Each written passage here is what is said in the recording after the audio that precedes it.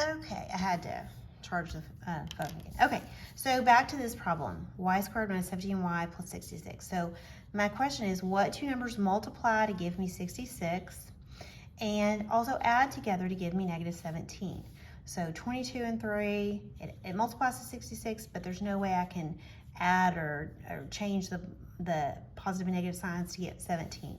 Same with 33 times 2. But 11 times 6, yes, that'll work because I know 11 times 6 is 66. So I'm going to say here, so why does that work? Because 11 times 6 is 66, right? Okay. And here's my next question. How am I going to get to negative 17? Negative 11 plus negative 6 gives me negative 17. Okay. So what does that tell me? Well, I need to have positive 66, but these have to be the same. So negative and negative give me positive. When I'm multiplying, negative 11 times negative 6 gives me positive 66. Now when I'm adding or subtracting, negative 11 plus negative 6 is negative 17.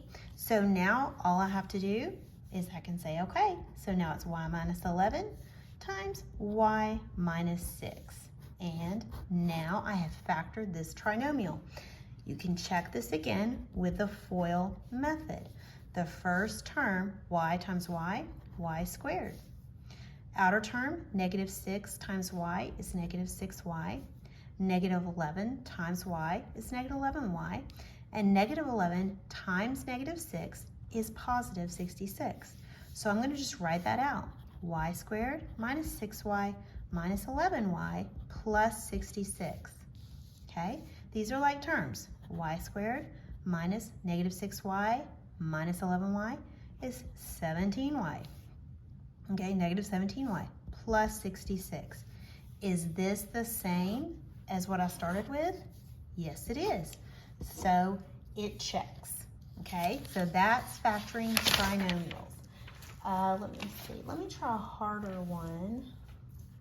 And that one's pretty easy because you don't have to take out a greatest common factor at all. So it's pretty simple. But let's see one. And even if you do have to, it's not that hard. Okay, so let's do problem 45. Okay, so look at 45. The problem is h cubed minus 13h squared minus 30h. Okay, now the first question you always ask when you're factoring is the simplest one. Is there a greatest common factor? Okay, obviously there is. I have h in every single term. And I know that this is not yet a trinomial, because if it was a trinomial, it would be in the form of ax squared plus bx plus c. Okay, and it's obviously not in that form. Okay, so I'm going to factor out an h. So I'm going to take an h. I can't factor out any more than an h because this term only has h. Okay, and I can't use any numbers because this term doesn't have a coefficient. There's no number in front of the h. Okay, so I'm going to factor out an h. So now that's h times h squared gives me h cubed minus h times what gives me negative 13h squared. 13h, because that's when I multiply h times negative 13h, I get negative 13h squared. And then minus 30. Okay, now don't forget this one that you factored out. Okay, but now I can take this. This is a trinomial, and I can now factor this trinomial. Again, I'm going to go back to my question. What two numbers multiply to give me negative 30 and add, let me look at the middle term, to give me negative 13? Okay, so I think, all right, so what can I do? Let's see. Okay, I know that 10 times 3 is 30. Okay, 10 times 3 is 30. Okay. But, so that one automatically I'm thinking, wow, okay, oh, I bet that's it, right? But I have to think, I need this to add it or multiply to negative 30. and this to be negative 13. So for this to be negative 13, it would have to be negative 10 and negative 3.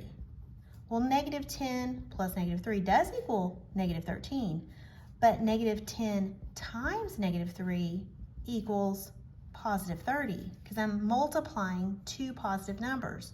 So that one's tricky. You think, oh yeah, 10 and 3, that's gonna work. But it doesn't, because you've got to look at that sign. So I think, what else could I do? Okay, so 3 times 10, 15 times 2. Okay, let's see. Think of 15 and 2. Okay, so if I'm trying to get negative 30, okay, so 15 times 2, I know is going to be 30, okay? So I may have to adjust the signs. That's okay, because I want it to be negative. And then let's see, is there anything I can do adding wise or subtracting wise to get negative 13h? Oh, there is. I could actually make this a negative 15 and this a positive 2. So negative 15 plus 2 is going to give me negative 13, which is what I'm looking for. Okay, and then it has to be the same up here. Negative 15 times 2. Does that give me negative 30? Yes, it does, because I have a negative times a positive, so I get a negative. So these are the two numbers that I'm going to use. So I'm using negative 15 and 2, positive 2. So again, don't forget the h that you previously factored out. So that's going to be h times, and then you're going to have your two parentheses. So we're going to have, our numbers are h minus 15 and h plus 2. And that's your answer. Okay, again, you can check. So check this part with the FOIL method. Okay, so check this part. So my first term's h times h, that's h squared. H times 2 is 2h. Negative 15 times h is negative 15h. And negative 15 times 2 is negative 30. So now I have h squared plus 2h minus 15h minus 30. These are like terms. H squared minus 13h minus 30. Okay, does that go back? Is this the same as up here? Now, it's not the same as up here, okay, because this wasn't even in trinomial form, but it is the same once I factored out the h and got this to trinomial form, which is ax squared plus bx plus c. So, is this the same? Yep. H squared minus 13h minus 30. Yep. H squared minus 13h minus 30. So, this step right here with the FOIL is just a way to check yourself. The actual answer, though, when you are factoring this down completely as much as you can, this right here is your answer, okay? So that is how to factor trinomials. It's not hard, but you've got to first take out, remember, take out the greatest common factor if necessary. If you see that it is not automatically in ax squared plus bx plus c form, then you know you're going to have to factor something out. So don't let that freak you out.